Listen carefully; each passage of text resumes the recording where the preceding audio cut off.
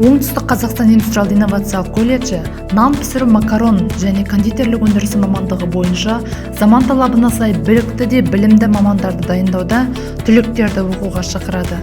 Білім беру мерзімі 9 сынып негізінде 3 жыл 10 ай, 11 сынып негізінде 2 жыл 10 ай.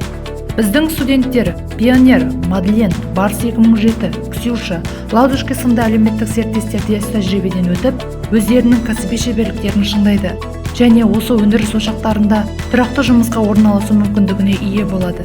Студенттеріміз наубайшы, кондитер құзыреттілігі бойынша WorldSkills облыстық чемпионатына қатысып, кәсіби шеберлігі мен біліктілігін іс жүзінде көрсете отырып, жүлделі орындарға ие болды.